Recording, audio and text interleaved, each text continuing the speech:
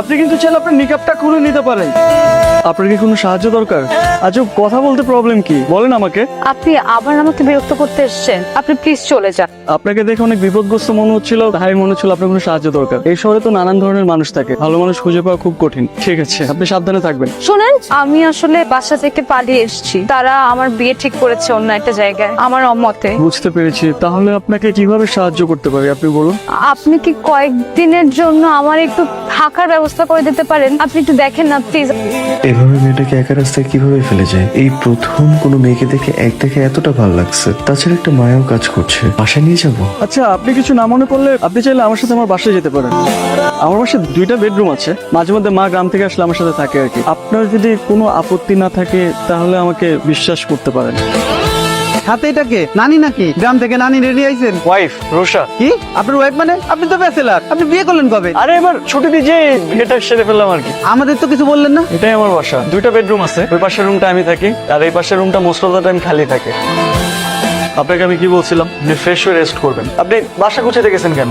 আমি একদম অগোছলো থাকতে পারি না। আচ্ছা, এখানে আমাদের দুপুরের খাবার, বাজার আর মেয়েদের কিছু ড্রেস আছে। আপনি পরে যে পছন্দ করে কিনে নিতে পারবেন, কোনো সমস্যা নেই। আপাতত এখান থেকে একটা পরে নেন। আপনি এত সকালে উঠে গেছেন? আপনি না কালকে বললেন যে আপনার অফিস আছে সকালে, সেই জন্য আপনার ব্রেকফাস্ট রেডি করে দিলাম। আসেন ব্রেকফাস্ট করে নেন। আপনি এত কিছু কেন করতে গেছেন? আর আমি তো সকালে খাই না, অফিসে যে চা অথবা কফি একটা খেয়ে নিই, ওটাই সকালের ব্রেকফাস্ট। আপনি হালকা কিছু খেয়ে নেন। এটা কি? আপনার টিফিন বক্স। আমি তো অফিসে টিফিন বক্স নিয়ে যাই না। তো আপনি লাঞ্চ করবেন না? ধরেন আমি বাসার খাবার খেলাম, এখন বাসার খাবার যদি আমি অফিসে নিয়ে যাই, তারপর যদি আমার কলিগরা বলে যে বাসার খাবার কই থেকে আসলো, তখন আমি তাদেরকে কি বলবো? বলবেন আপনার মানে বলবেন না আপনি বাসায় একটা কাজের লোক রেখেছেন, সে রান্না করে দিয়েছে। আপনার কি মনে হয় আমি বাসায় একটা কাজের লোক রেখেছি? আপনি কিন্তু সবসময় একটা কথার অন্য একটা মিনিং খুঁজে বের করেন। আমি মোটেও ওভাবে বলিনি। ফোনটা আপনি রাখেন, আর যদি কোনো প্রবলেম হয় আমাকে ফোন করবেন। মনটা কি বেশি খারাপ? লুকাচ্ছেন কেন? কিছু মানুষ মন খারাপ করলে তার চেহারা সেটা বোঝা যায়। আপনার প্রচন্ড মন খারাপ। মানুষের জীবনটা অনেক অদ্ভুত। আপনার জীবনে কখনো কখনো এমন কিছু ঘটনা ঘটবে, আপনি হয়তো সেগুলো কখনো কল্পনাও করতে পারেননি। আর আপনি জানেনও না যে সে ঘটনাগুলো ঘটলে আপনি কি করবেন বা আপনার জীবন কোন দিকে মন নেবে। এসব ছোট ছোট ঘটনা নিয়ে তো জীবন, আর এইসব ছোট ছোট ঘটনাকে আপনি যত মনে রাখবেন তত পিছিয়ে পড়ে যাবেন। চাচা, আপনি হয়তো বাসার উপরে পাঠাই দিছি। শুনলাম তুমি নাকি বিয়ে করেছো, বিয়ে করে বউ নিয়ে আসছো, তাই বৌমাকে দেখতে চলে আসলাম। তো বৌমা কোথায়? বৌমাকে ডাকো। রুষা, রুষা, রুষা।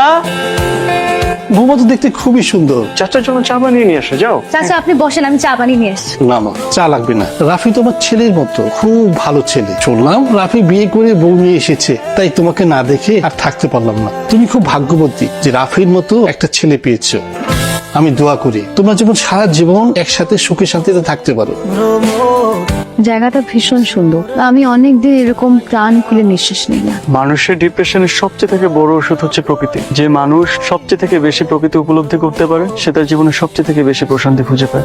আমি কখনো এমন সুযোগই পাইনি। আমার প্রায় পুরোটা জীবনে কেটে গেছে বন্দিশালার পাখির মতো। যে জীবনে এত ঝড় ঝাপটা বয়ে গেছে, সেই জীবনে জীবনকে উপলব্ধি করতে পারলাম না, আবার প্রকৃতি। আপনি তো সব বাধা ভেঙে বেরিয়ে এসেছেন, এখন একটু নিজেকে নতুন করে তৈরি করেন না। চাইলে কি সব পাওয়া যায় না? সৃষ্টিকর্তা আমাদের সব আশা পূরণ করেন না। ওই যে কথা বলে না, যা পাই তা চাই না, আর যা চাই তা পাই। আপনি যদি আপনার জীবনে সবকিছু পেয়ে যান, তাহলে তো আপনি আপনার অস্তিত্ব হারিয়ে ফেলবেন। আমাদের জীবনে আমরা সবকিছু পেয়ে গেলে আমাদের না পাওয়ার আফসোসটা থাকে না, আর না পাওয়ার আফসোসটাই আমাদেরকে পুড়িয়ে খাঁটি করে অস্তিত্ব খুঁজতে সাহায্য করে। অস্তিত্ব খুঁজে লাভ কি বলেন? এখানে জীবনটাই একটা অমাবস্যার অন্ধকার। অন্ধকারই তো আলোর অস্তিত্ব। অন্ধকার যদি না থাকে তাহলে আলো তো মূল্যহীন হয়ে যাবে, আর এই অন্ধকারই আপনাকে আপনার পথ খুঁজতে সাহায্য করবে।